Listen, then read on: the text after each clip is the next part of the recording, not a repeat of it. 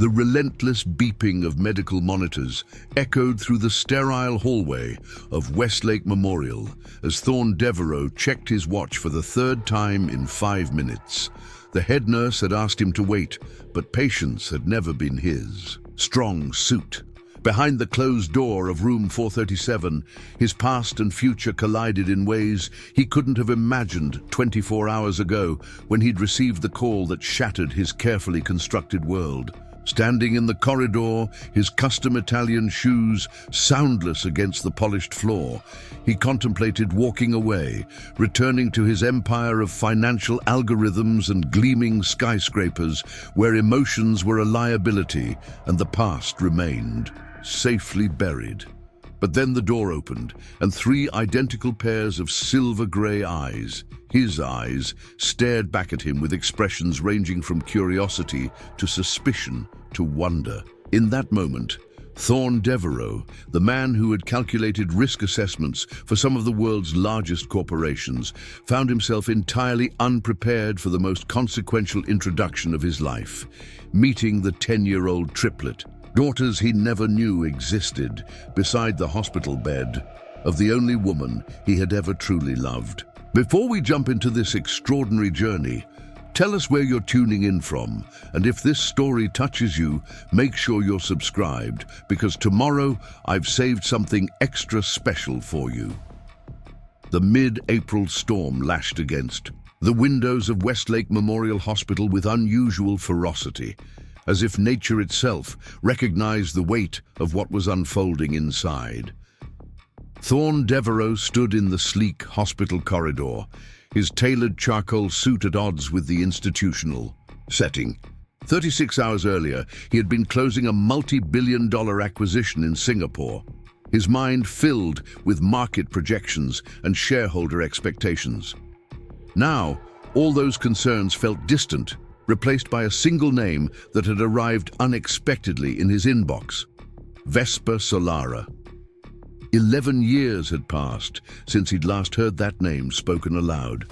11 years since the brilliant marine biologist had walked away from their brief but intense relationship, choosing a groundbreaking research expedition to the Arctic over what he had offered: a comfortable but subordinate life in his shadow.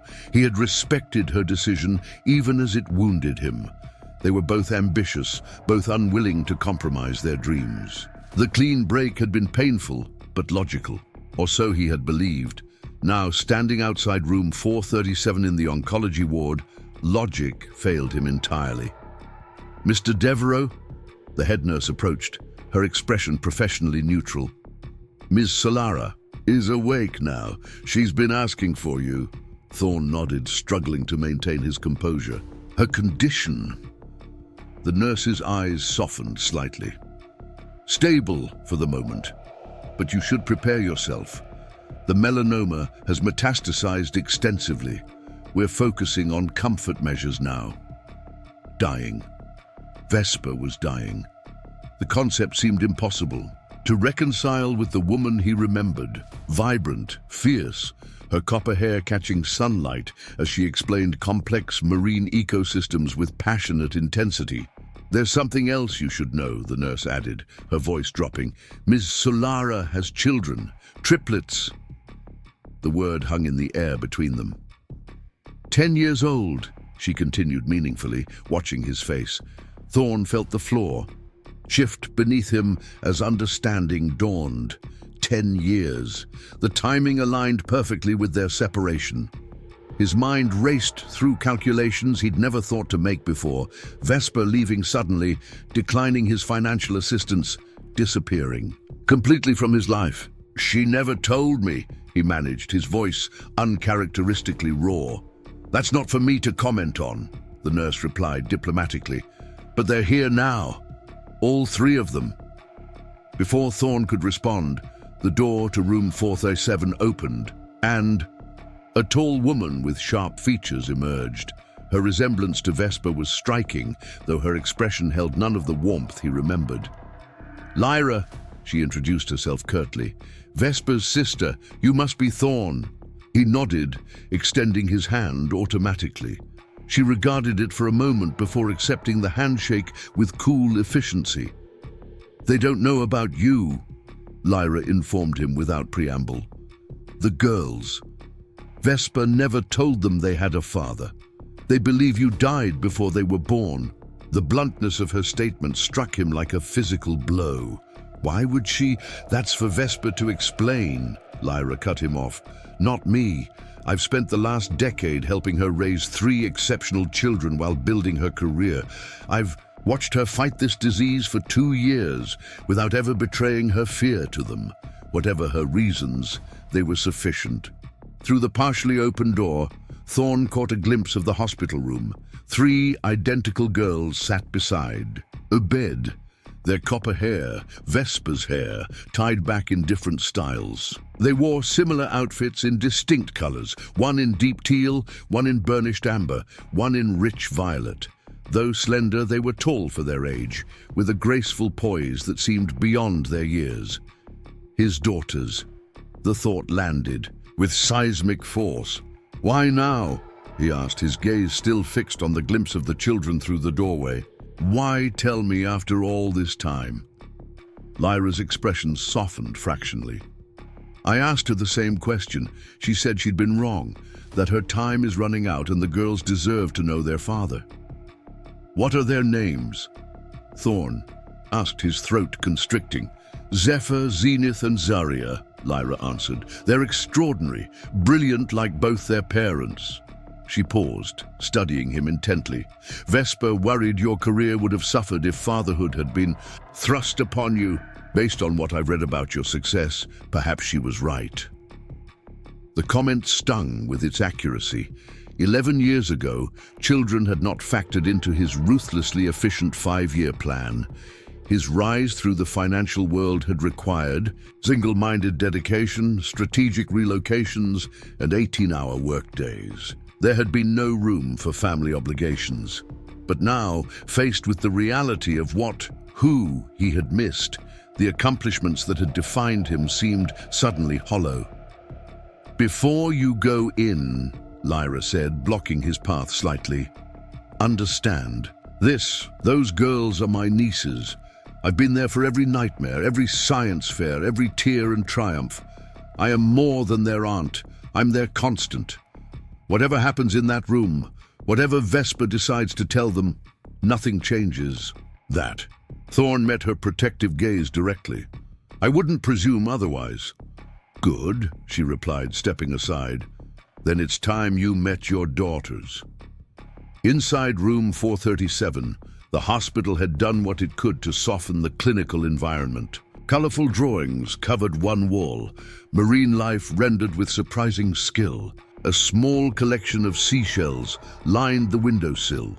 Classical music played softly from a portable speaker. Vesper lay propped against pillows, her once vibrant form diminished, but still commanding. Despite the ravages of her illness, her sea-green eyes remained bright, intelligent, observant. Her copper hair, though thinner, was arranged in a simple braid. When she saw Thorne, a complex expression crossed her face. Regret, relief, and something deeper he couldn't name. Preparing and narrating this story took us a lot of time, so if you are enjoying it, subscribe to our channel. It means a lot to us. Now back to the story. The 3 girls turned in unison at his entrance, studying him with identical silver-gray eyes. His eyes. "Girls," Vesper said, her voice weaker than he remembered but still melodic. "This is Thorne Devereaux. He's an old friend who's come to visit me." The triplet in teal straightened immediately, her posture becoming protective as she positioned herself slightly in front of her sisters. "How do you know our mother?" she asked directly, her tone carrying authority beyond her. "Years." "Zephyr," Vesper admonished gently. "Manners." Thorne knelt down, bringing himself to the girl's eye level. "It's a fair question," he said. "Your mother and I knew each other many years ago in Serenova. She was just beginning her research on deep-sea ecosystems, and I was working in conservation finance." The triplet in amber adjusted her glasses, studying him with analytical precision. The Serenova Marine Institute closed 11 years ago. That's when the North Star Arctic expedition launched. Our mother was one of the lead researchers. That's right, Thorne confirmed, impressed by her knowledge. You must be Zenith. She nodded, surprised he knew her name. The third triplet, dressed in violet, had been watching the interaction silently. Now she stepped forward, her movements graceful, deliberate. You have the same eyes as us, she observed quietly. The room fell silent. Thorne felt his heart hammering against his ribs as he met Vesper's gaze over the girls' heads. She gave him an almost imperceptible nod. Zarya has always been our most observant, Vesper said, her voice tender. Girls, there's something important. I need to tell you, something I should have told you long ago. Zephyr returned to her mother's bedside immediately, taking her hand. You need to rest, Mom. You can talk later. Some conversations can't wait, my brave one, Vesper replied, squeezing her daughter's hand. She looked at each girl in turn, then back to Thorne. The truth is, Thorne isn't just an old friend. He's your father.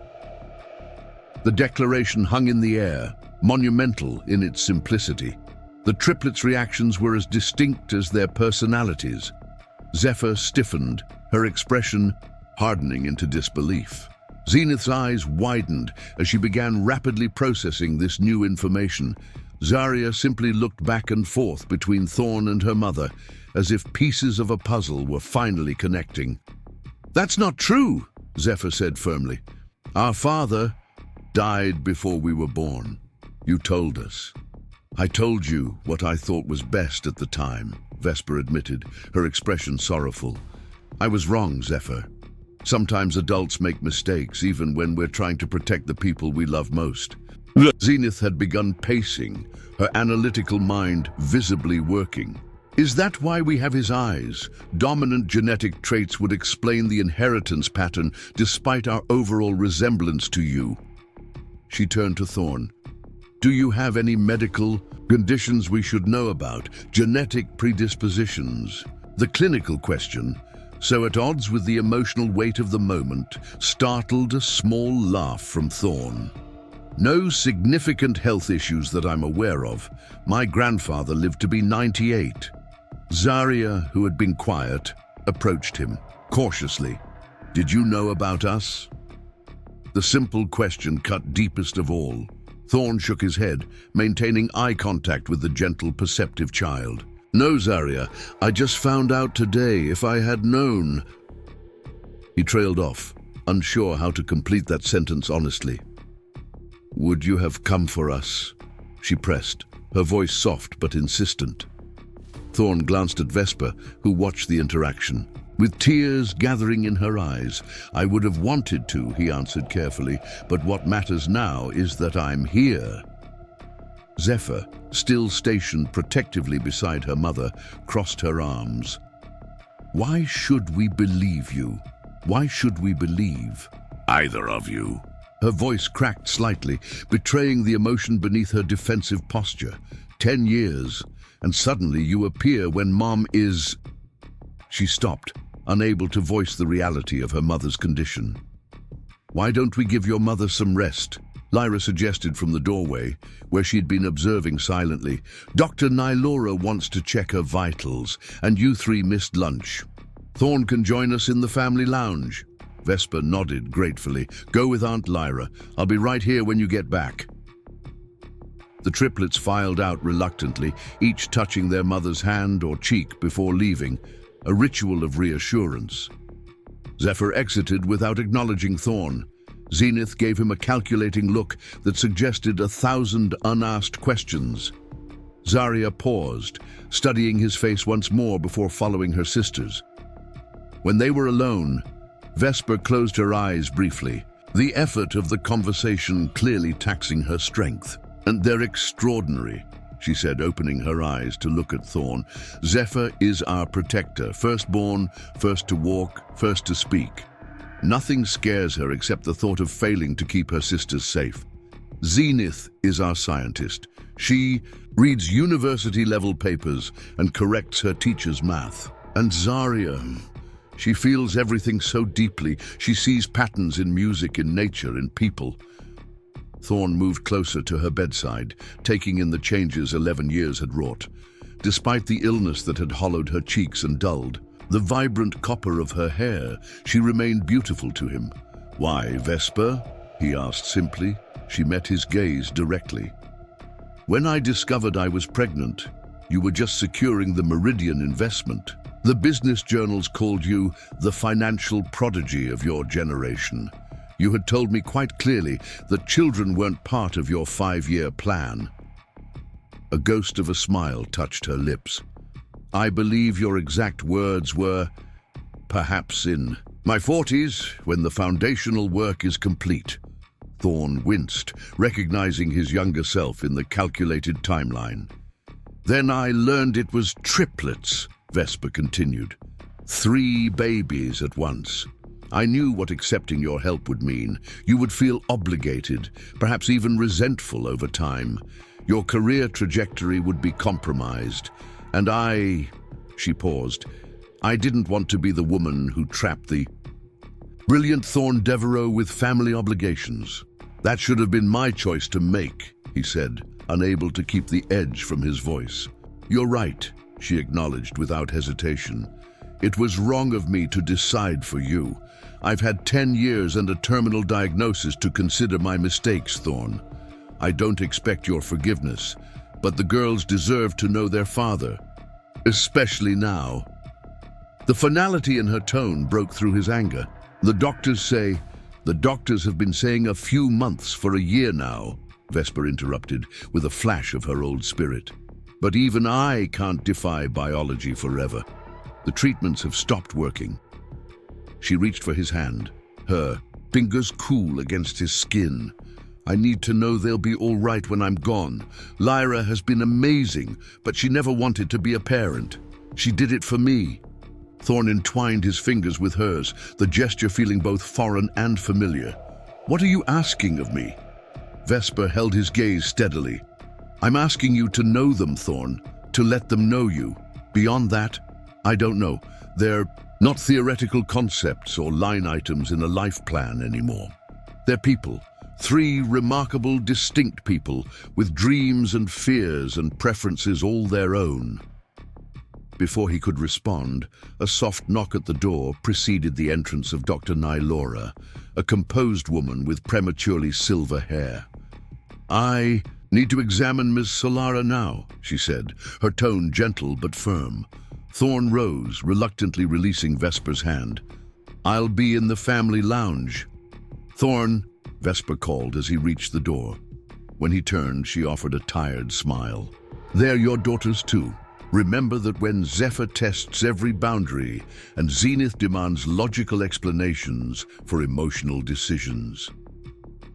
In the family lounge, an awkward tableau awaited. Lyra sat between Zenith and Zarya on a worn sofa, while Zephyr stood by the window, determinedly looking out at the storm. All 3 girls had untouched sandwiches on plates before them. Thorne took a seat in the chair opposite, feeling strangely like a job applicant facing a particularly intimidating interview panel. The comparison wasn't entirely inaccurate. He was, in essence, applying for the position of father to 3 children who had believed him dead until 20 minutes ago. Your mother is being examined by Dr. Nylora, he explained, breaking the silence. She'll let us know when we can return. Zenith adjusted her glasses. Dr. Nylora is the attending oncologist. She specializes in aggressive melanomas, but also has significant research experience in immunotherapy applications for metastatic disease. The clinical terminology from a 10-year-old caught Thorne off guard again. You've done your research. Knowledge provides control in situations where emotional variables cannot be managed effectively, Zenith replied matter-of-factly. Lyra smiled slightly. Zenith has read every medical journal article about melanoma treatments twice. Mom says understanding something doesn't make it less scary, but it helps you face it properly, Zarya added softly. Thorne nodded, recognizing Vesper's philosophy in the statement. "Your mother is very wise." "Why are you here now?" Zephyr demanded suddenly, turning from the window. "If you didn't know about us until today, why did you come at all? Mom's been sick for 2 years. The accusation in her tone was unmistakable. "I didn't know she was ill," Thorne answered honestly. "We haven't been in contact since before you were born." "Why not?" Zephyr pressed. "If you were such good friends." Thorne considered how to explain the complexities of adult relationships to a 10-year-old. "Your mother and I cared deeply for each other, but we wanted different things. She was offered the chance to lead the Arctic expedition, her dream project. I was building my company in a different direction. We made the difficult decision to part ways." "And you never wondered about her all this time?" Zephyr's voice rose slightly. "Never checked to see how she was doing?" "Zephyr," Lyra cautioned. "No, it's a fair question," Thorne said, echoing his earlier response. He looked directly at the fierce young girl who reminded him so much of Vesper. "The truth is, I did look for updates about her research. I followed her career from a distance, but after a while it seemed easier not to dwell on what might have been." "Logical compartmentalization," Zenith observed. "Emotional efficiency." Zarya, who had been studying him intently throughout the exchange, spoke up. "You didn't stop caring about her, though, did you?" The perceptiveness of the question and the child asking it struck Thorne deeply.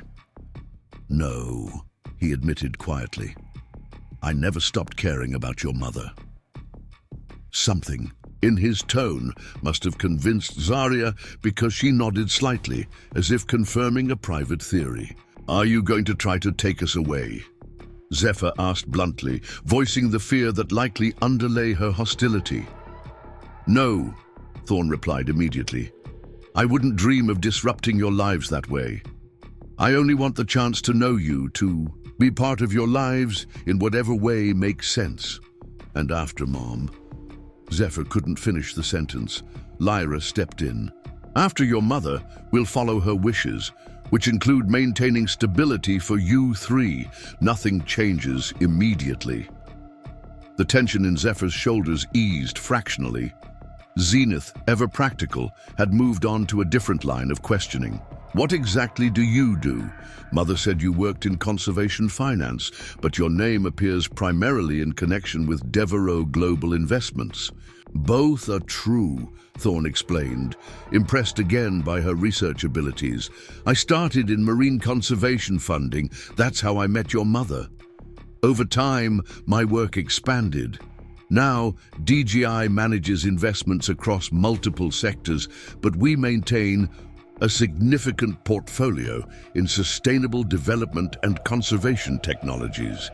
"Do you have other children?" Zarya asked unexpectedly. "No," Thorne answered. "You three are my only children." "Do you have a wife?"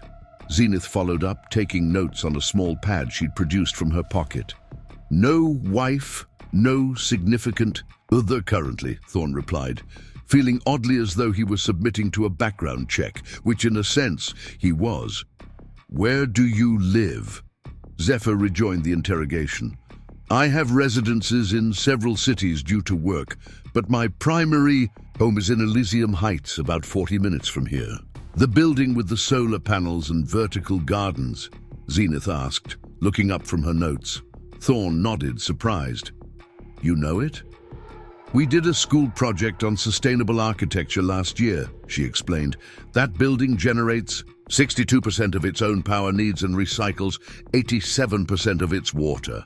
Before Thorne could respond, Dr. Nylora appeared in the doorway. "You can come back now," she told the group. "Ms. Solara is asking for you all."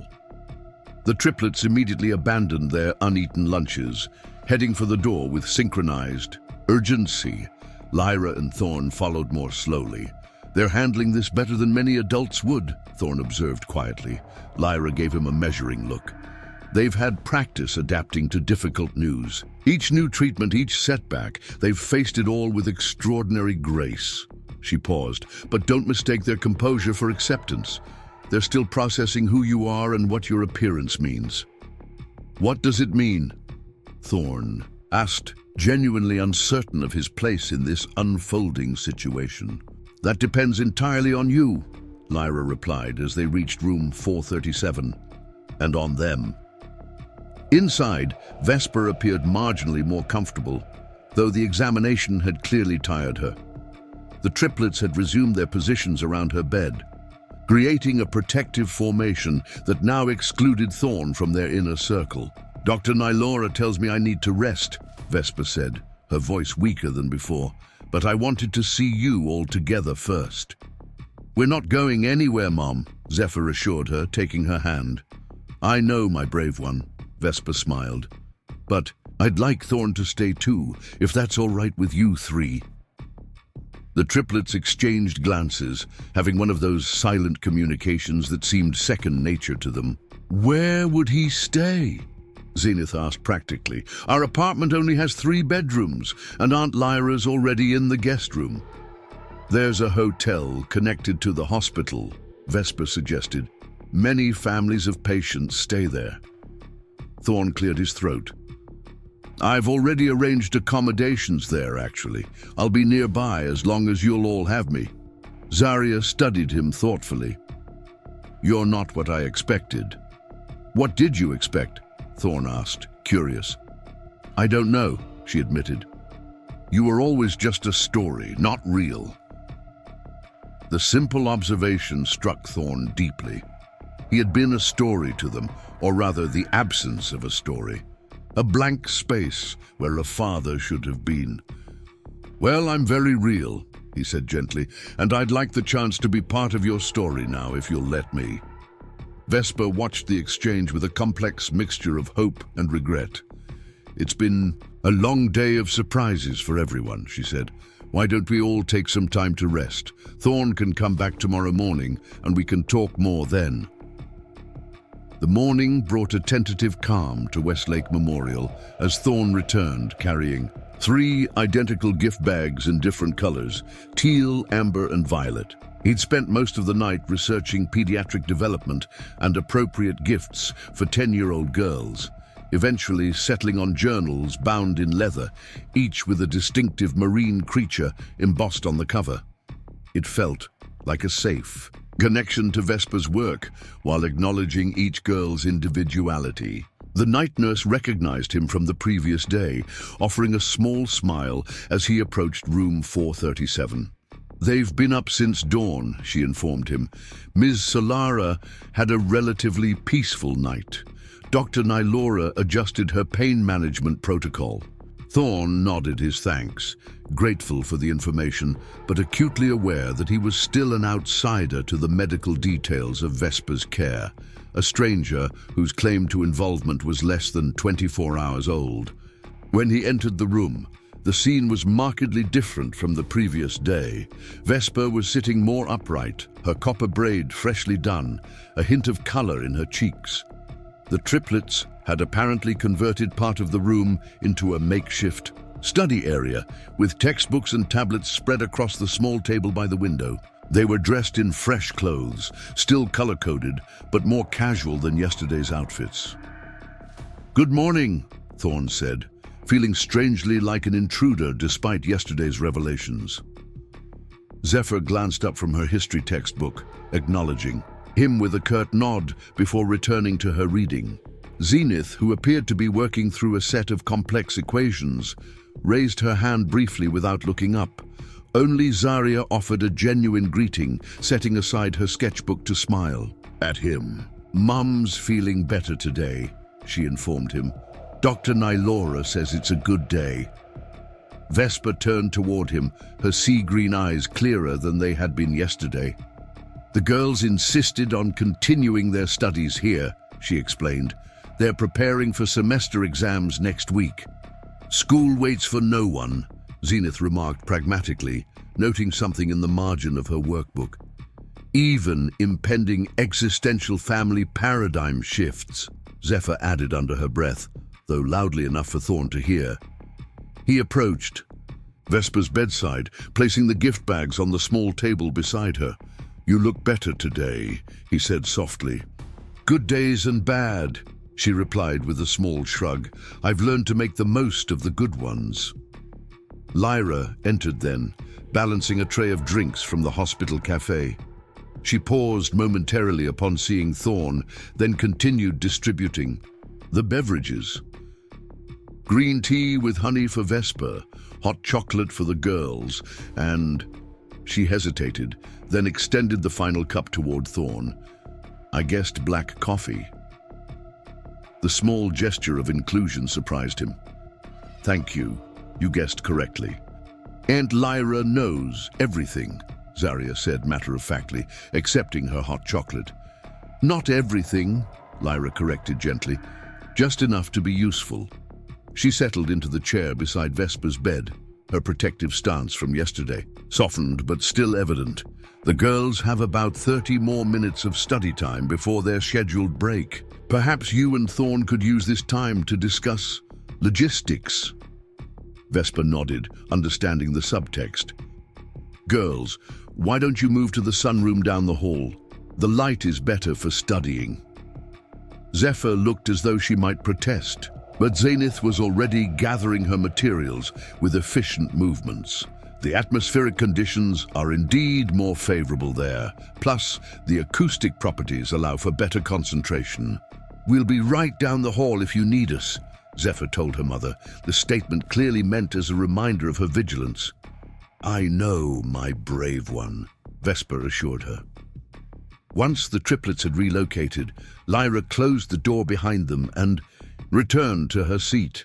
The three adults formed a triangle of complicated history and uncertain future, bound together by the three remarkable children now studying in the sunroom.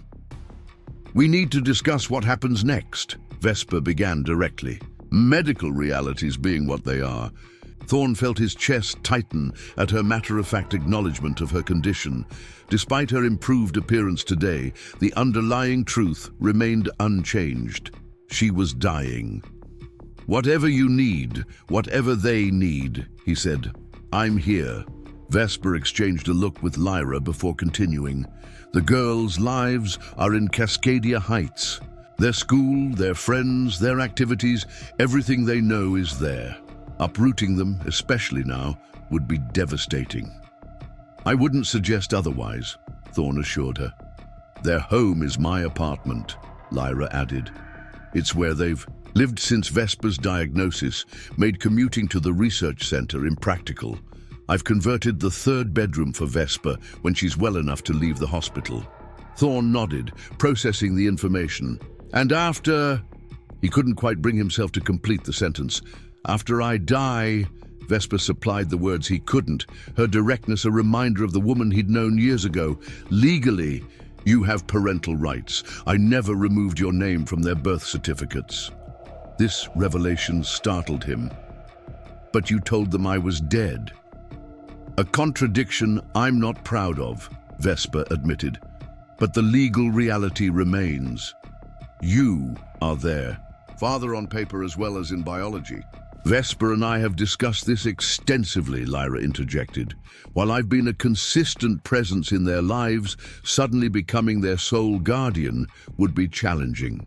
My work requires travel, and the girls need stability, not a guardian who's consistently absent."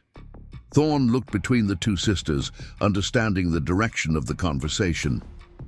"You want me to assume custody?" "Joint custody," Vesper clarified, "working with Lyra, at least initially." The enormity of what they were suggesting washed over him.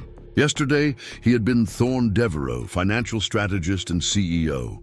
Today, he was being asked to become father to 3 10-year-old girls he'd just met. 3 grieving children who would soon lose their mother. "This is a significant request," he said carefully. It's their birthright, Vesper replied, her voice growing stronger, to know their father, to have the support and love of both parents, even if I can only provide it for a little while longer. The girls are everything to us, Lyra added. This isn't about legal obligations, it's about what's best for them. They need a father who wants to be in their lives, not one who feels trapped by circumstance. The pointed reference to Vesper's earlier concern about trapping him rang clear. Thorne met Lyra's steady gaze. I understand your reservations. Yesterday, I was a stranger to them, to all of you. Today, I'm being asked to become a parent practically overnight. Not overnight, Vesper corrected gently. I still have some time. Enough for you to begin building relationships with them, for them to start seeing you as someone real, not just a concept.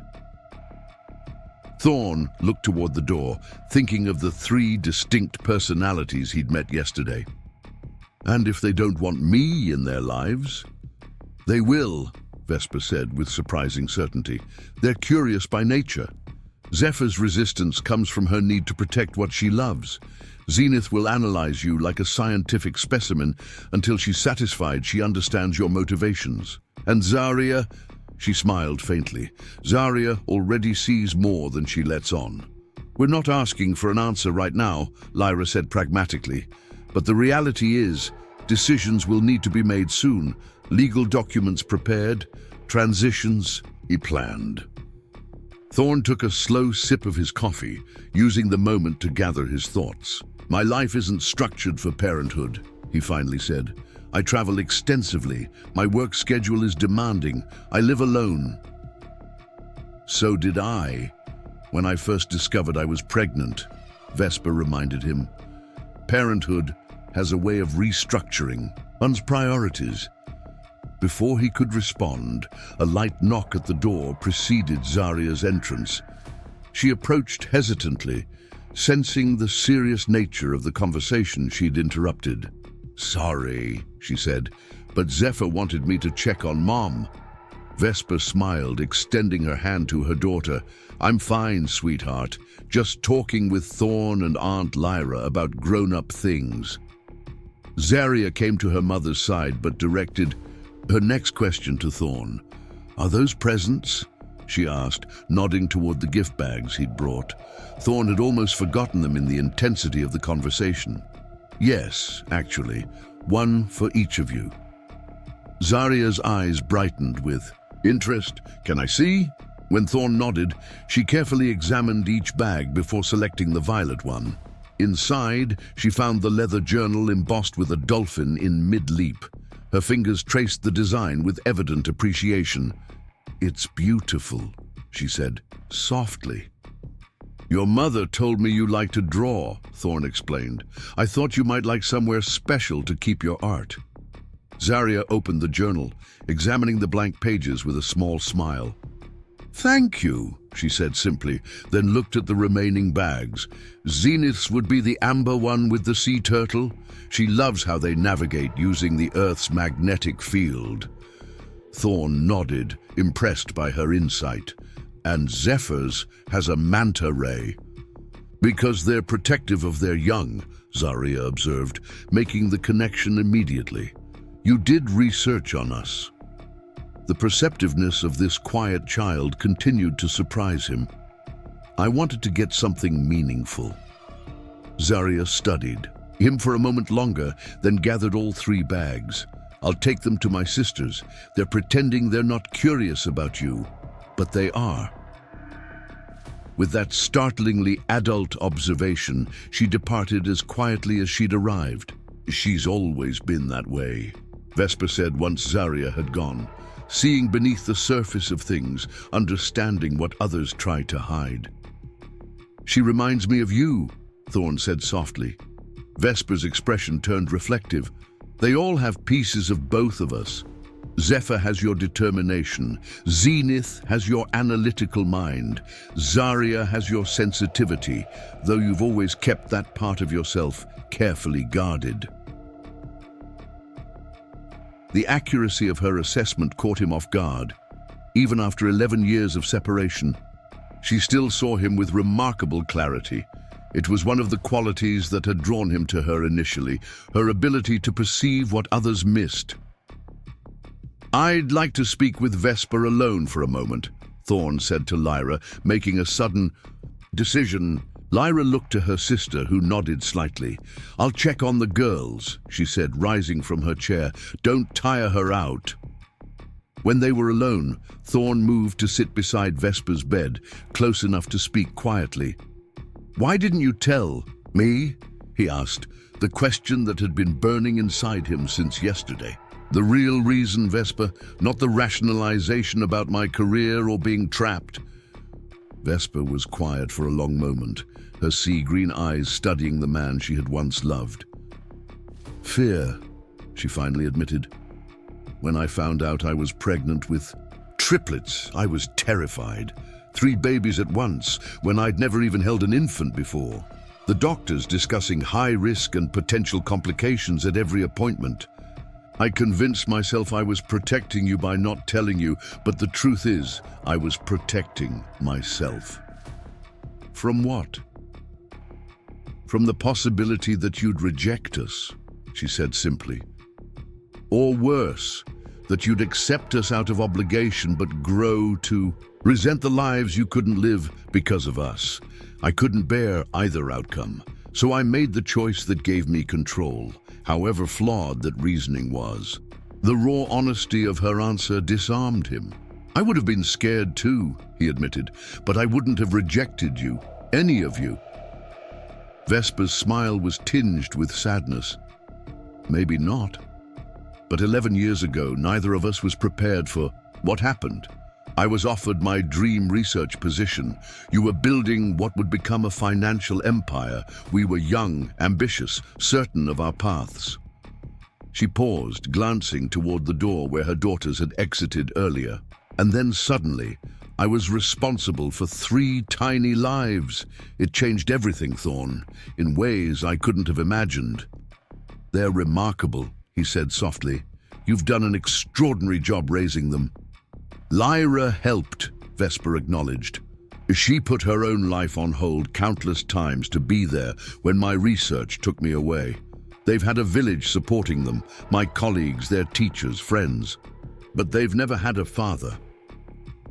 She reached for his hand, her fingers cool against his skin. "Until now." The weight of expectation in her touch was unmistakable. "Vesper, You don't need to decide this minute," she interrupted gently. "Just promise me you'll try. Get to know them. Let them get to know you. The rest will follow." Before he could respond, the door opened again, this time admitting all 3 triplets at once. They moved with the synchronized grace that still startled him, taking up positions around their mother's bed, a protective formation that now included a space for Lyra, who followed them in. "We finished our studying," Zephyr announced. "And thank you for the journals." The gratitude seemed reluctantly offered, but genuine nonetheless. "They're remarkably accurate representations of our predilections," Zenith added, already making notes in her sea turtle journal. "The paper quality is exceptional." "I told them you did research," Zarya said, settling at the foot of the bed, with her dolphin journal open on her lap. "That's why the gifts were so perfect." Thorne felt a small surge of satisfaction at having chosen well. "I'm glad you like them." "Mum says you used to work in marine conservation," Zephyr said, the statement clearly a test of some kind. "What exactly did you do?" An opening, Thorne realized. A chance to connect.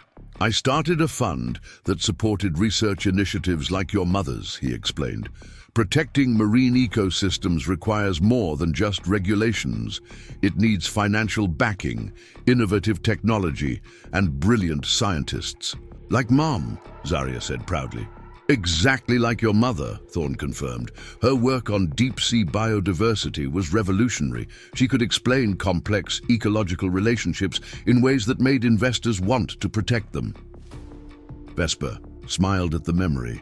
Thorne convinced a room full of skeptical financiers to fund an expedition to document seamount ecosystems. Without his advocacy, my research team wouldn't have had the resources we needed. This collaborative reminiscence seemed to interest the triplets, who exchanged glances. "Is that how you met?" Zenith asked, her analytical mind clearly searching for the origin story. "Not exactly," Vesper replied, her expression softening. "We met at a conference in Serenova.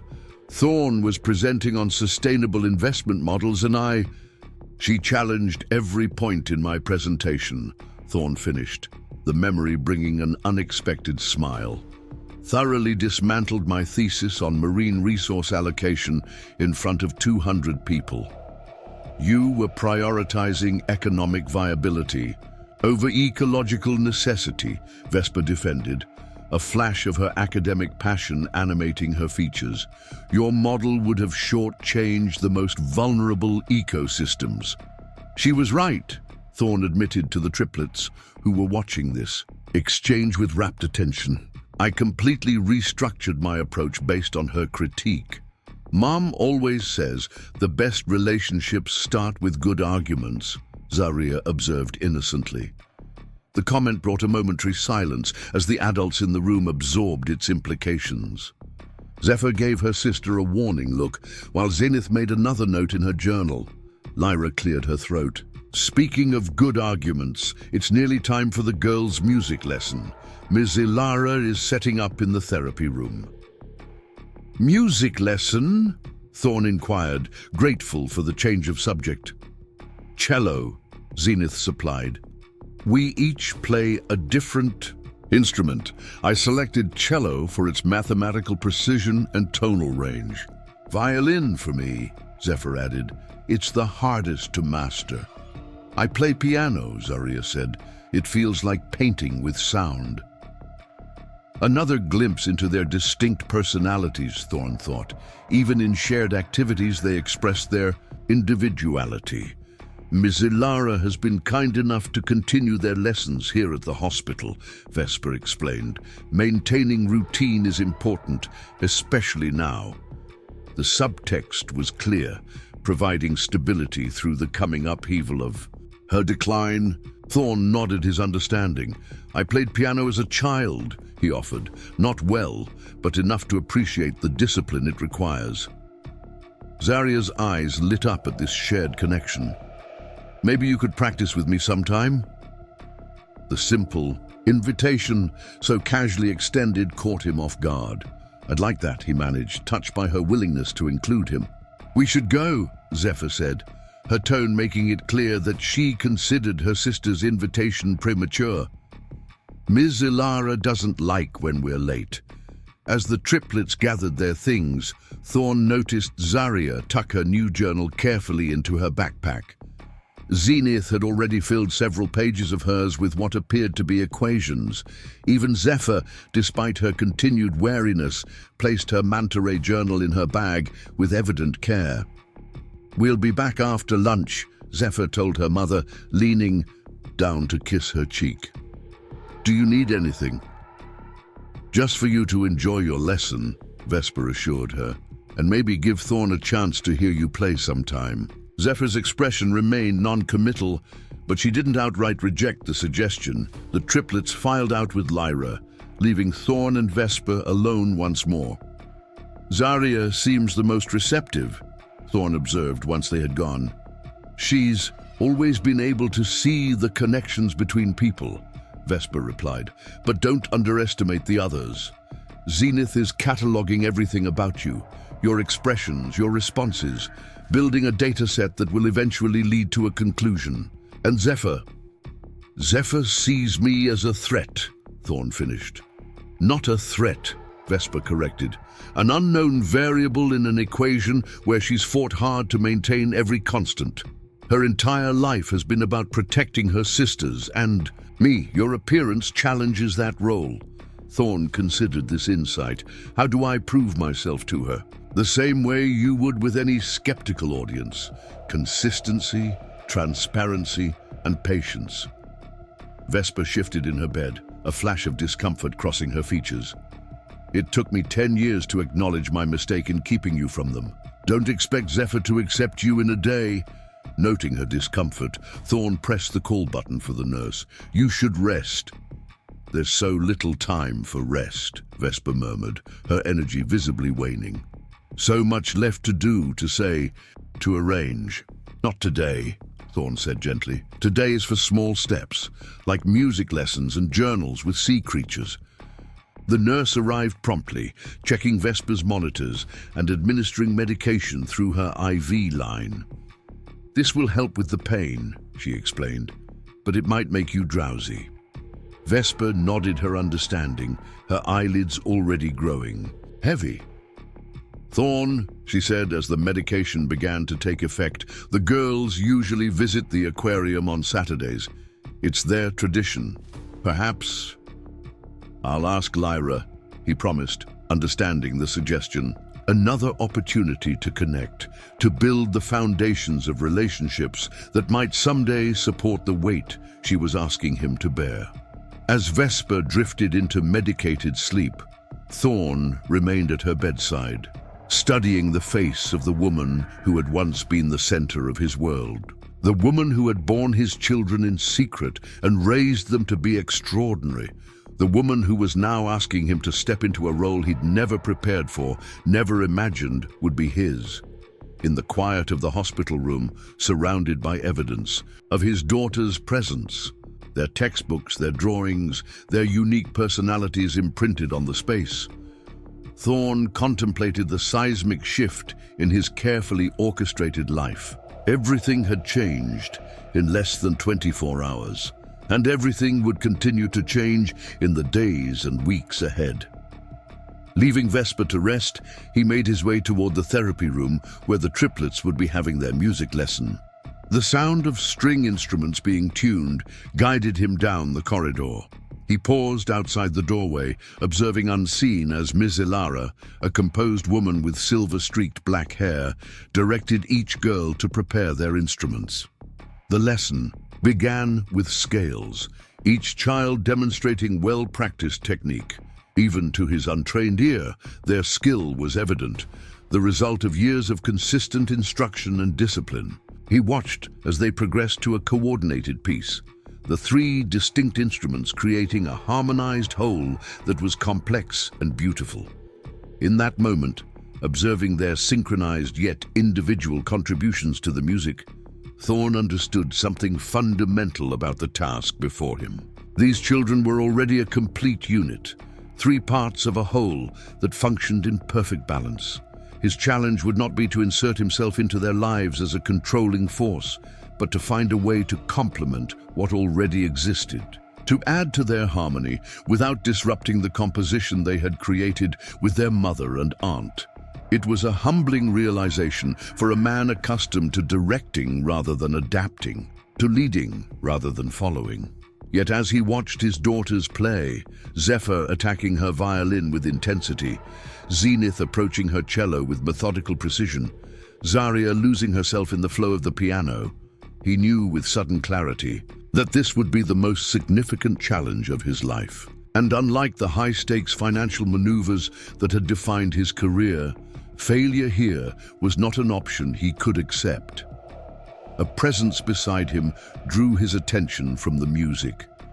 Lyra had joined him in the doorway, her expression reflecting a similar mix of pride and concern as she watched the triplets perform.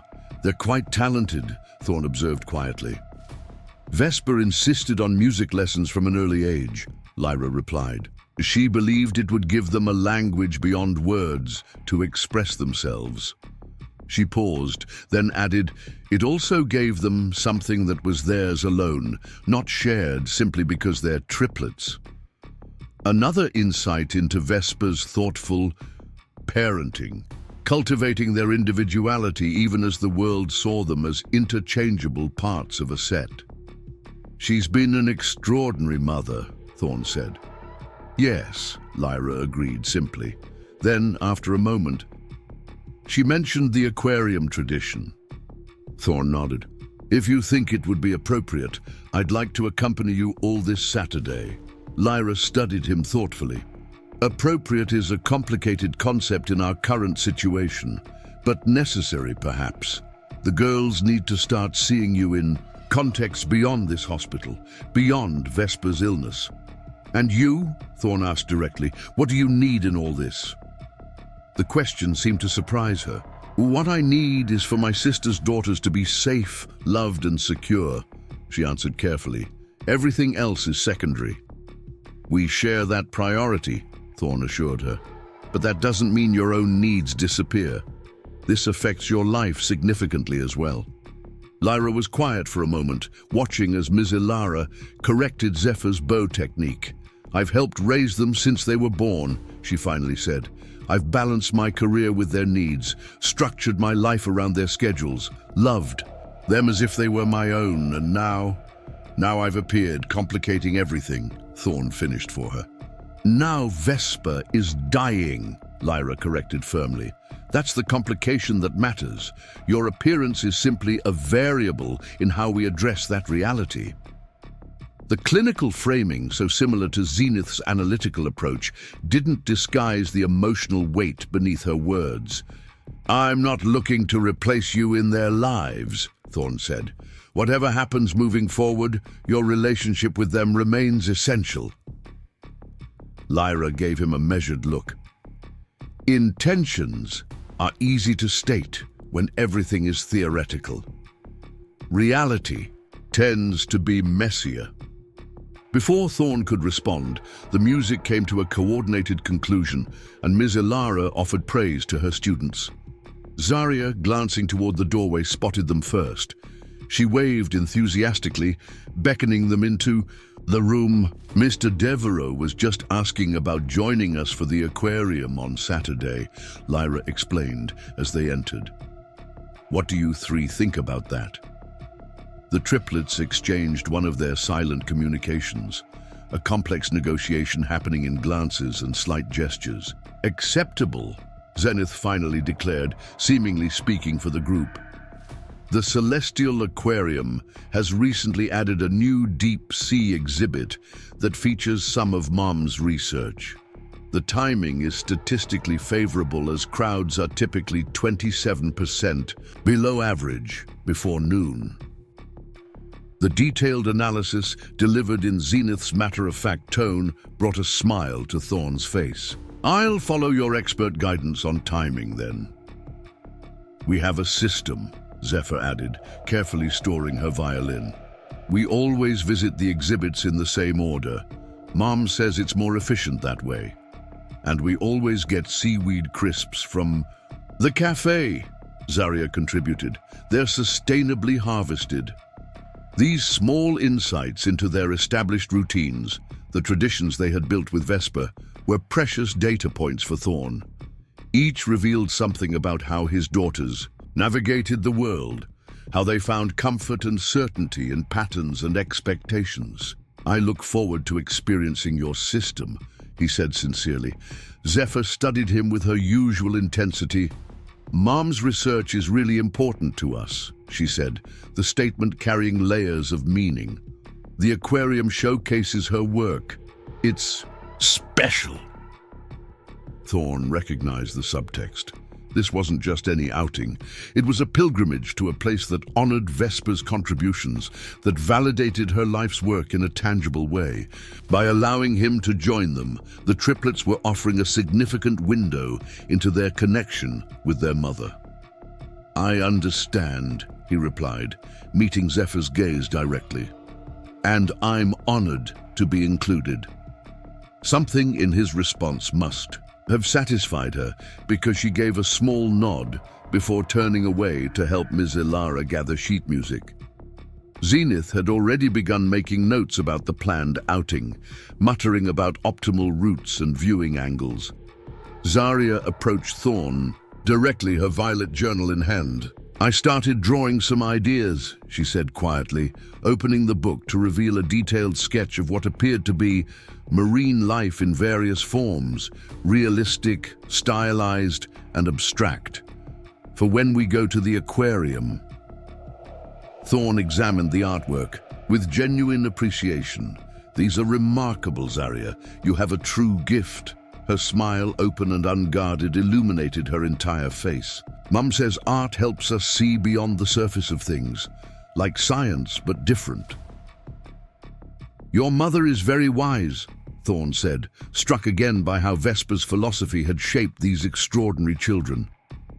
Zarya nodded sagely. That's why we need to remember everything she teaches us, before. She trailed off, her expression clouding slightly. The simple statement, with its unfinished implication, struck Thorne with the force of its emotional truth. These children were acutely aware of what was coming. They were gathering memories, storing wisdom, preparing in their own ways for a world without Vesper at its center. I think, he said carefully, that your mother would be very proud of how you're facing this difficult time, all of you. He included Zephyr and Zenith in his glance. Zarya considered this, then asked with characteristic directness, "Are you going to stay after Mom?" Again, she couldn't complete the sentence. The question hung in the air between them, simple yet profound. Zephyr and Zenith had paused their activities, clearly listening for his answer. Yes, Thorne said, making the decision, final in that moment. I'm going to stay. Saturday morning dawned bright and clear, a rare gift in the typically overcast skies of Cascadia Heights. Thorne arrived at Lyra's apartment building 15 minutes early, parking his electric sedan. Beside her practical hybrid, the modest high-rise was well maintained, but worlds away from his luxury penthouse in Elysium Heights. He'd spent the previous evening making calls to his executive team, rearranging schedules, delegating projects, and setting in motion the changes that would allow him to be present for the triplets in the coming weeks and months. His COO, Eliza, had been surprised but supportive once he'd explained the situation. Family comes first, she'd said simply. We'll manage the rest. Family. The word still felt foreign on his tongue, a concept he'd relegated to someday, sometime, when the foundational work was complete. Now it was here, demanding immediate attention, restructuring his carefully organized life with the same force that had propelled his career. As he ascended in the elevator to the 8th floor, Thorne reflected on the past 3 days, how quickly one phone call had altered the trajectory of his existence. 3 days ago, he'd been Thorne Devereaux, financial strategist and CEO. Today, he was preparing to take 3 10-year-old girls to an aquarium, girls who carried his DNA but remained essentially strangers. Lyra answered his knock promptly, dressed casually in jeans and a light sweater. "They're almost ready," she informed him, stepping aside to allow him entry. Choosing outfits for the aquarium is a serious undertaking. The apartment was modestly sized but thoughtfully arranged. Bookshelves lined the living room walls. Scientific journals and marine biology texts mixed with children's literature and art books. A telescope stood by the large window overlooking the city. 3 distinct study areas had been created in the open dining space, each reflecting its owner's personality. Zephyr's neat and organized with military precision, Zenith's overflowing with research materials and star charts, Zarya's vibrant with colored pencils and sketchbooks. You've created a wonderful home for them, Thorne observed, noting the photographs that chronicled the triplets' development from infancy to the present. Vesper did most of the groundwork, Lyra replied, moving to the kitchen where she was preparing what appeared to be lunch containers. I just maintained the systems she established. You're too modest, came Zenith's voice as she emerged from the hallway, dressed in her characteristic amber, a small digital camera hanging around her neck. Aunt Lyra implemented multiple household efficiency protocols that reduced our morning preparation time by approximately 22%. Thorne smiled at the precise assessment. That's impressive. Time management is essential when Supervising multiple children with distinct requirements, Lyra explained, handing Zenith a water bottle decorated with mathematical formulas. Zarya appeared next, her violet sweater complemented by small dolphin earrings that matched the embossing on the journal Thorne had given her. "Good morning," she greeted him with genuine warmth. "We're going to see the bioluminescent jellyfish exhibit today. They installed special lighting that replicates deep-sea conditions." "I'm looking forward to it," Thorne replied, touched by her enthusiasm. "I haven't visited an aquarium in years." "Then you're statistically overdue," Zenith declared, adjusting her glasses. "Regular exposure to marine ecosystems, even in contained environments, has been shown to reduce stress markers by 17% and increase cognitive flexibility." "Are we reciting statistics again?" Zephyr asked, joining them in the living room. Her teal jacket was zipped precisely to the collar, her hair pulled back in a practical ponytail. She carried a small notebook with what appeared to be a carefully structured itinerary. "We need to leave in exactly 7 minutes to maintain our optimal schedule." "Good morning to you too, Zephyr," Thorne said, attempting to bridge her formal demeanor with casual warmth. She acknowledged him with a nod, then turned to Lyra. "Did you pack the protein bars? The aquarium cafe doesn't open until 11, and our viewing schedule is most intensive before then." "Everything's packed," Lyra assured her, handing each girl a small backpack color-coded to match their outfits. Lunch, snacks, water, and the emergency kit. "Emergency kit?" Thorne inquired. "Standard preparedness protocol," Zenith explained matter-of-factly. "Includes basic first aid supplies, emergency contact information, and contingency plans for 7 different potential scenarios. Mom said, always plan for the unexpected," Zephyr added, the slight verb correction causing a momentary shadow to cross her features. Thorne noted the slip with a pang. Already, the triplets were beginning to adjust their language, preparing for a world where Vesper existed in memory rather than presence. The resilience required for such awareness at their age was both admirable and heartbreaking. "Your mother's wisdom continues to impress me," he said softly. Zephyr met his gaze directly. "We're going to the hospital after the aquarium. Mom wants to hear about everything we saw." "Of course," Thorne agreed immediately. "I wouldn't have it any other way." This response seemed to satisfy her, and she returned to her checklist with renewed focus. The drive to the Celestial Aquarium took precisely 18 minutes, with Zenith providing running commentary on marine statistics from the backseat of Lyra's hybrid.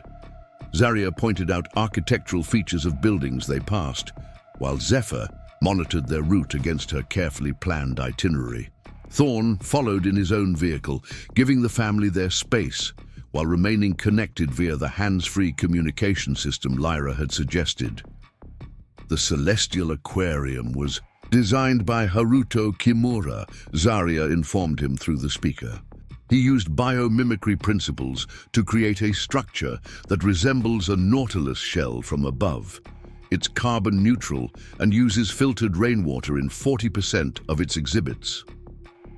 The rainwater filtration system was partially developed using Mom's research on natural marine purification processes, Zenith added proudly. Vesper's contributions to marine conservation extend beyond pure research, Lyra explained. She's always believed in practical applications that benefit both ecosystems and communities. As they parked and approached the impressive structure, its spiraling design gleaming in the morning sunlight, Thorne was struck by how thoroughly Vesper's influence permeated their lives, not just in physical resemblance or genetic traits, but in worldview, in values, in the lens through which they perceived their surroundings. She had shaped these extraordinary children with intentionality and wisdom, creating 3 unique individuals who nevertheless shared a cohesive philosophical foundation. Inside the aquarium, the triplets immediately took charge, guiding him. Through their carefully established route, Zephyr led the way with authoritative efficiency, consulting her notebook periodically to ensure they maintained their schedule. Zenith provided scientific commentary on each exhibit, reciting facts about salinity levels and evolutionary adaptations with encyclopedic precision. Zarya moved between exhibits with dancer-like grace, stopping to sketch particularly inspiring specimens in the journal Thorne had given her. "The octopus exhibit is next," Zephyr announced, after they had spent precisely 12 minutes observing a kelp forest ecosystem. "It's a temporary installation featuring Mom's research on cephalopod intelligence." As they entered the specialized exhibit, Thorne noticed a plaque near the entrance. "Cephalopod Cognition, Insights from the Solara Research Team." Beside it hung a photograph of Vesper in diving gear, copper hair darkened by water, surrounded by her research colleagues. "Mom says octopuses are the closest thing to alien intelligence we can study on Earth," Zarya explained, watching as a giant Pacific octopus manipulated a complex puzzle box to extract a food reward. "They solve problems differently than mammals because their neural structure is distributed throughout their bodies." 8 semi-autonomous brains, functioning as a cooperative network, Zenith elaborated. "Approximately 2/3 of their neurons are located in their arms rather than their central brain. Mom once spent 6 hours observing this particular octopus," Zephyr added, a hint of pride breaking through her reserved demeanor. "She named him Archimedes because of his problem-solving abilities." Thorne watched the magnificent creature change colors and textures as it worked, its movements both alien and strangely familiar. "Your mother's work is extraordinary," he said sincerely. "I knew her research was significant, but seeing it applied this way..." "This is just one small application," Zenith said. "Her deep-sea biodiversity mapping has influenced conservation policies in 17 countries. And her work on marine symbiosis informed the development of new biomaterials for non-toxic hull coatings." The pride in her voice was unmistakable. These children weren't just aware of their mother's professional accomplishments. They understood their significance, their impact on the world. Vesper had raised them to see science not as an abstract pursuit, but as a vital force for positive change. As they continued through the aquarium, following the triplets' carefully planned route, Thorne observed how other visitors occasionally did double takes at the identical girls in their color-coded outfits. Some stared openly, while others whispered behind their hands. The triplets themselves seemed largely oblivious to the attention, or perhaps simply accustomed to it. "People often stare," Lyra commented quietly, noticing his observation. "The girls have developed various strategies for managing public curiosity. We call it the triplet tax," Zenith explained, overhearing this exchange. "A predictable social phenomenon involving heightened attention due to statistical rarity. We've calculated that approximately 73% of strangers will exhibit some form of observable reaction to our identical appearance. Mom taught us that we get to decide how much of ourselves to share with strangers," Zarya added. "Just because they're curious doesn't mean they're entitled to know us." Another piece of Vesper's wisdom, Thorne realized, teaching her unusual children to navigate public attention with confidence and boundaries, preparing them for a world that would inevitably view them as curiosities before seeing them as individuals. The morning passed in a blur of marine exhibits, each accompanied by the triplets' informative commentary. By noon, they had reached the newly installed deep-sea exhibition that Zenith had mentioned earlier. Unlike the brightly lit displays of coral reefs and coastal habitats, this section was dimly illuminated with strategic blue lighting that created an immersive deep ocean environment.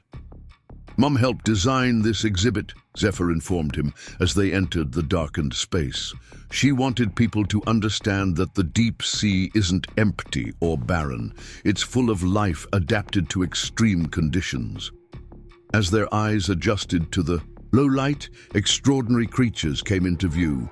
Transparent shrimp with bioluminescent organs, delicate jellyfish pulsing with internal light, fish with enormous eyes adapted for capturing every available photon in the darkness of the deep. Less than 20% of the ocean floor has been mapped in detail, Zenith recited, her voice hushed in the quiet space. We know more about the surface of Mars than about Earth's deep sea environments. Mom said, that's why conservation is so urgent, Zephyr added, making the verb correction again with visible effort. We're destroying ecosystems we haven't even discovered yet. Thorne watched as Zarya moved closer to one display, where a small submarine robot was exhibited alongside footage from deep-sea research expeditions. The video screen showed Vesper in a research vessel, explaining the significance of hydrothermal vent communities to a documentary crew. She was vibrant, passionate, her hands moving expressively as she described the chemosynthetic bacteria that formed the foundation of these remarkable ecosystems. That was filmed 3 years ago, Zarya said softly, noticing Thorne's attention. Before she got sick. Thorne stood beside her, watching Vesper's recorded image with a complex mixture of emotions. She's an extraordinary scientist, he said, the way she explains complex concepts, making them accessible without simplifying them too much. That's why she's such a good mom, Zarya replied with simple clarity. She never treats us like we're too young to understand important things. The observation struck Thorne deeply.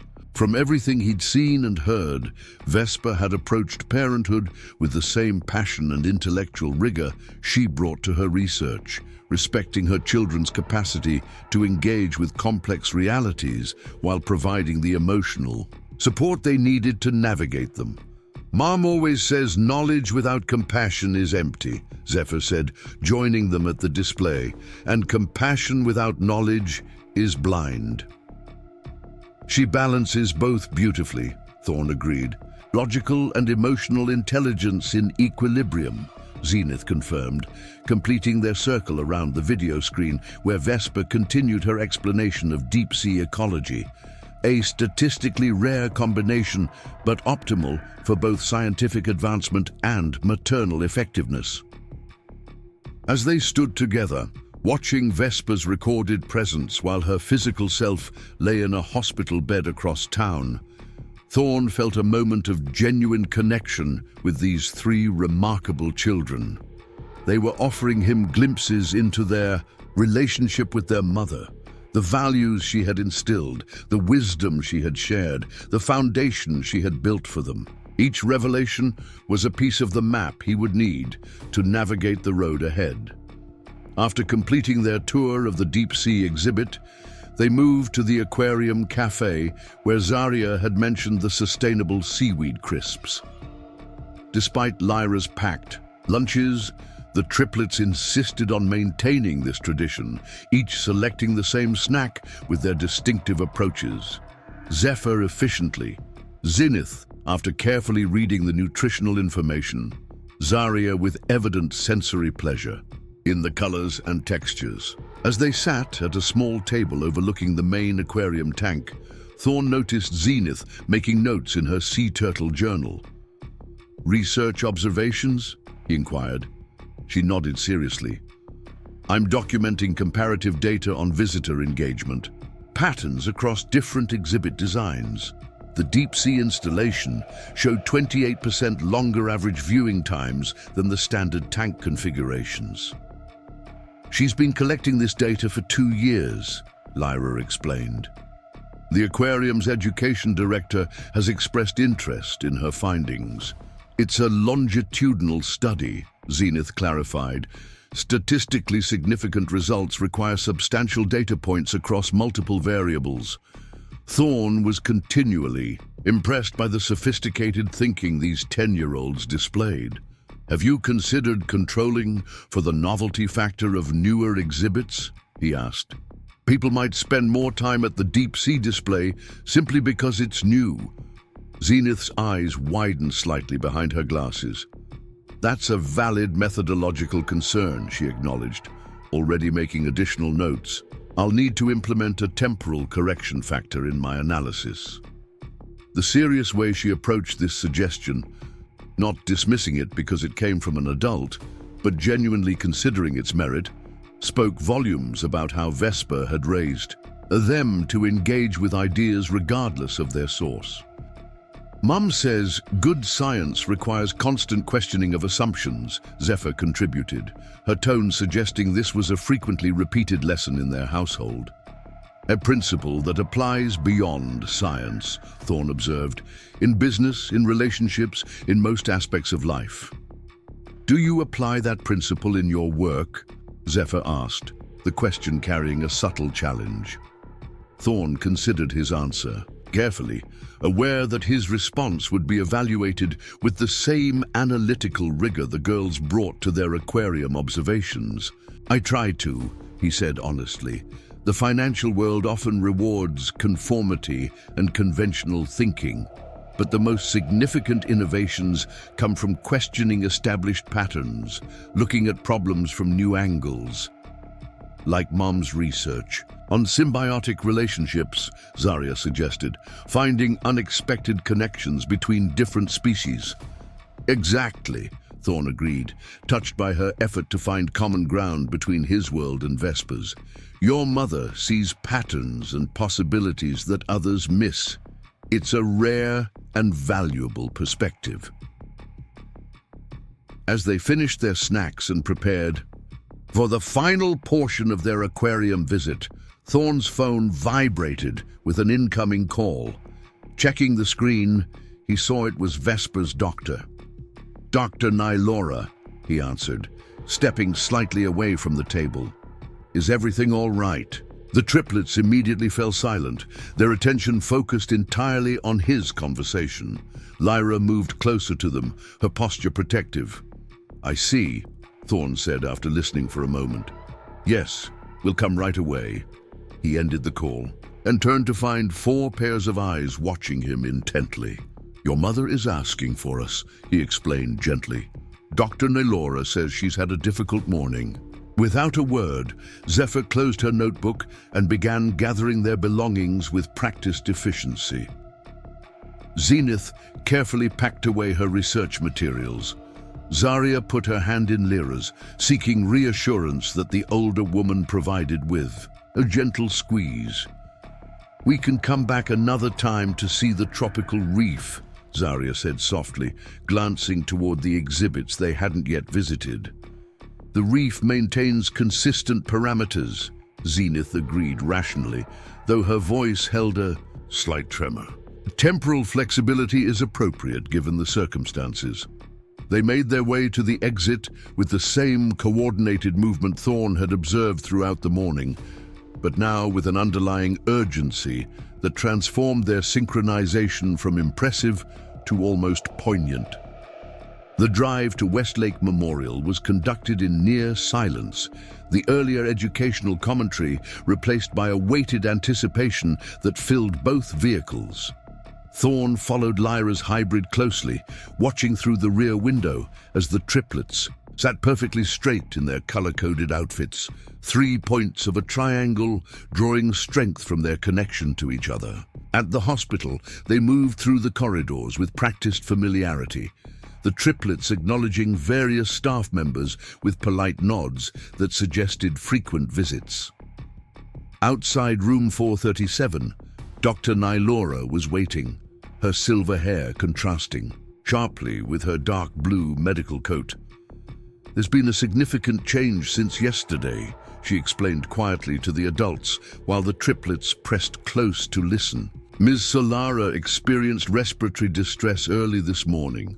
We've stabilized her with supplemental oxygen, but her condition has declined more rapidly than anticipated." "What does that mean?" Zephyr demanded, her protective instincts fully engaged. "In terms we can understand," Dr. Nylora addressed her directly without condescension. It means your mother is transitioning to a more advanced stage of her illness. She's comfortable now, but very tired. She's been asking for all of you. Will she? Zarya couldn't complete the question, her voice catching. We're focusing on ensuring her comfort, Dr. Nylora replied gently. She wants to hear about your aquarium visit.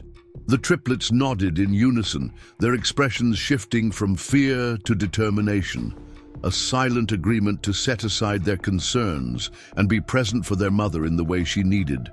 Inside, the room had changed subtly since yesterday. Medical equipment that had been peripheral now seemed more prominent. Vesper lay propped against pillows, an oxygen cannula beneath her nose, her complexion noticeably paler. Despite these changes, her sea-green eyes remained alert, brightening, visibly as her daughters entered. "There are my loves," she greeted them, her voice weaker but warm. "Tell me everything about Archimedes and the new deep-sea exhibit."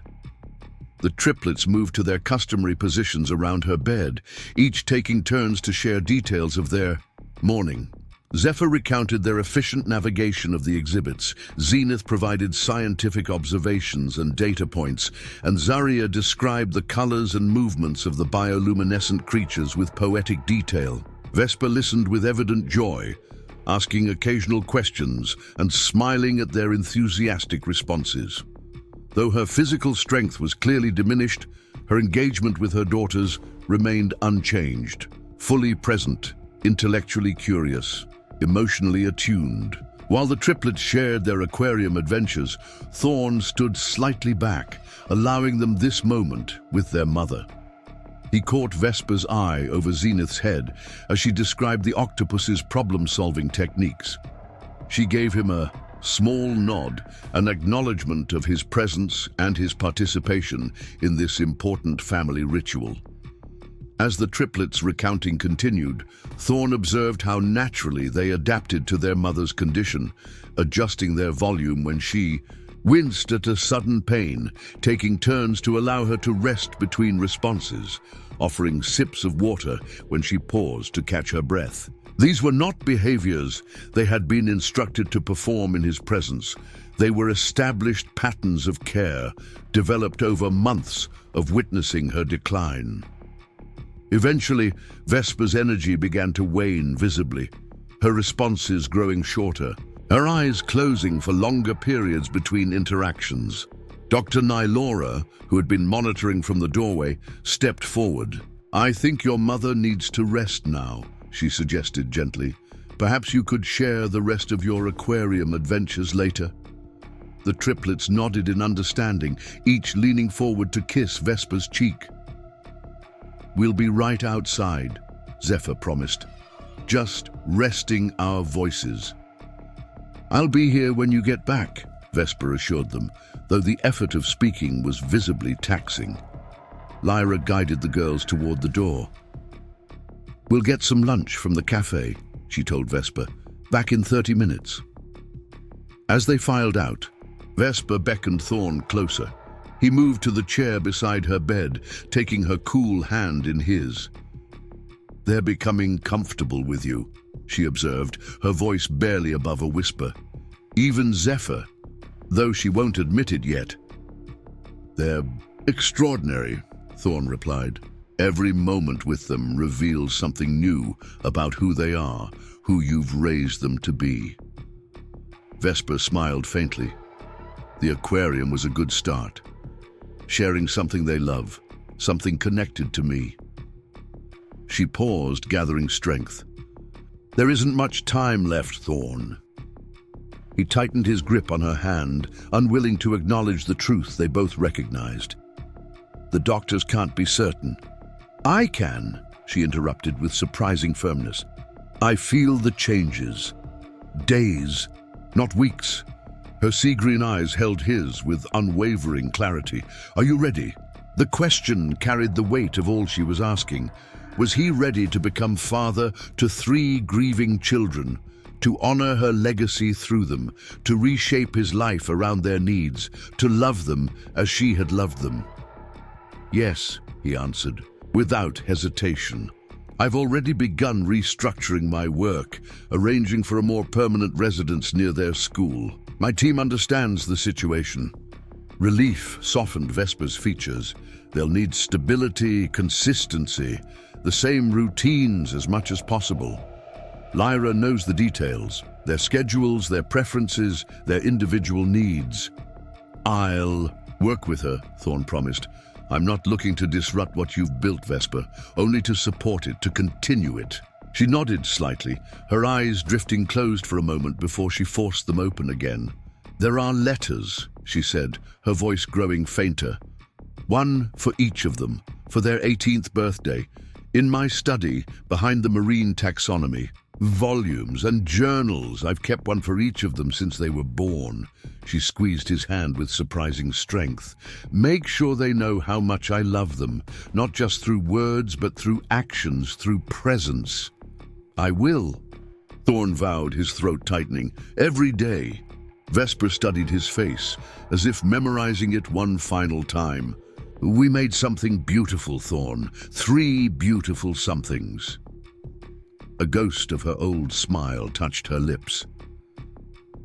Even if we took the long way around to get here. Outside in the hospital corridor, the triplets waited with Lyra, their color-coded outfits bright against the institutional beige of the walls. As Thorne approached, he noticed they had formed their characteristic triangle, 3 points of a single unit, supporting each other through the unimaginable. Your mother is resting, he told them gently. She enjoyed hearing about your aquarium adventures. Zephyr nodded, her protective stance slightly relaxed. We didn't get to tell her about the jellyfish archway, or the variable salinity adaptations in the estuarine species, Zenith added, or the way the light made patterns through the water, Zarya completed. You can tell her when she wakes up, Thorne assured them. And if you'd like, we can go back to the aquarium another day to see the exhibits you missed. The triplets exchanged glances, their silent communication at work. It was Zephyr who spoke for them all, her silver-gray eyes, his eyes, meeting his directly. We'd like that, she said simply. In that moment, standing in the hushed corridor of Westlake Memorial with these 3 extraordinary children, his daughters, Thorne understood that while the path ahead would be filled with challenges, with grief, with the complex task of building relationships where none had existed before, it would also be filled with possibility, with discovery, with love. The journey had only just begun. Up next, you've got 2 more standout stories right on your screen. If this one hit the mark, you won't want to pass these up. Just click and check them out.